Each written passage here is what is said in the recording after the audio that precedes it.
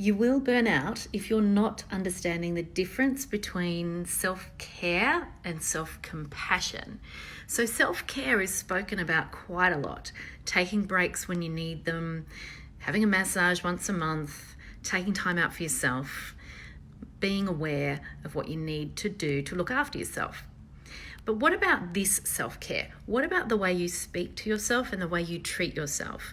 If you're not incorporating self-compassion into your self-care practice, if you're not incorporating self-compassion into the way you speak to yourself and treat yourself, your self-care isn't actually going to do much for you.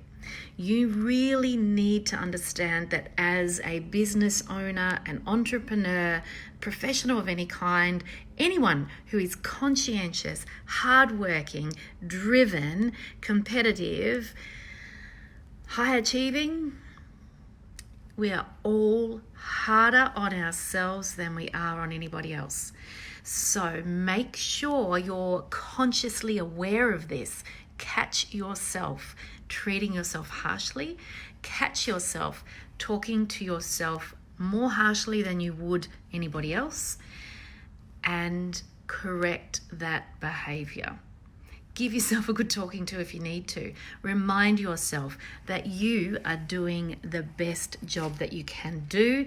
If you know you can do better and you know that you're letting excuses get in the way, acknowledge that. Don't punish yourself. Don't judge yourself. Find ways to move forward with that.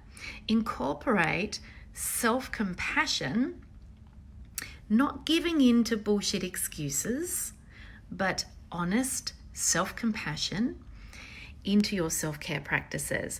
Find ways to top up the drains on your resources, the drains on your energy. And if it's one of those internal drains, make sure you are consciously and mindfully deciding to be kinder to yourself. So mental health concerns, depression, suicide amongst business owners and entrepreneurs is a much bigger problem than we acknowledge, and burnout even more so. So you may know the World Health Organization recently acknowledged burnout as a medical condition. You can take some great steps towards preventing burnout by making sure that you are being mindful to your needs, to your goals, to your self-care and your self-compassion. That all goes a long way towards burnout prevention. Get a great mentor if you need one. Get professional support if you need it. There's no shame in doing that. It's actually a really wise thing to do. Talk to you soon.